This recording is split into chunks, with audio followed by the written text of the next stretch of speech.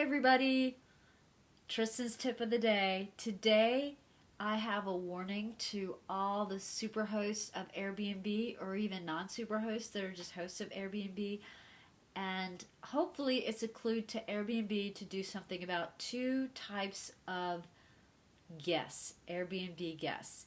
Don't be one of these types of Airbnb guests if you travel and use Airbnb.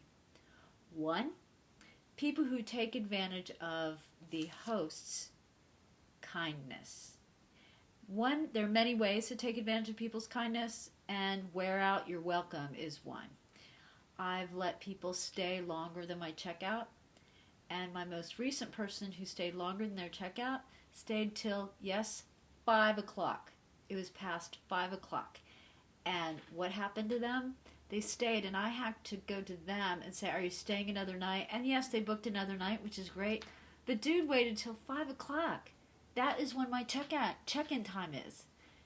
And didn't tell me, stayed in the room. Very annoying, and pushed me into the point where I had to kick his ass out or ask him to stay another night. And it didn't end there, because the next day, 12 is when I ask people to leave. It's my checkout time. He waited till I had to knock on the door a few minutes before 12, and I couldn't hear a peep, and he's like, I'm going to leave, yeah.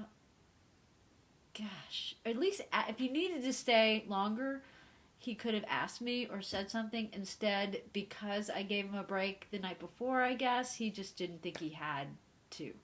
So, overstaying your welcome without communicating.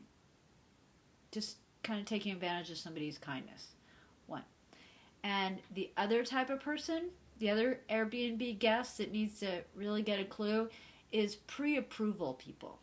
I don't even understand why they have pre-approval. If you know why somebody has pre-approval and why you think it's a good idea, comment below, because I don't get it. They pre-approved, this last person pre-approved and waiting all day.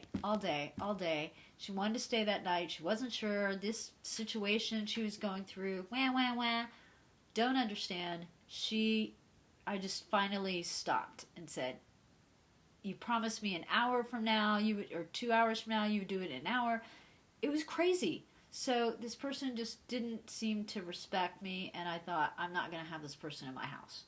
Done. We're done. After 3 hours of waiting for this pre-approval, and she and I going back and forth, and she promising me she was going to get it, decide like it's a big decision. So, out. 2 people. Ready?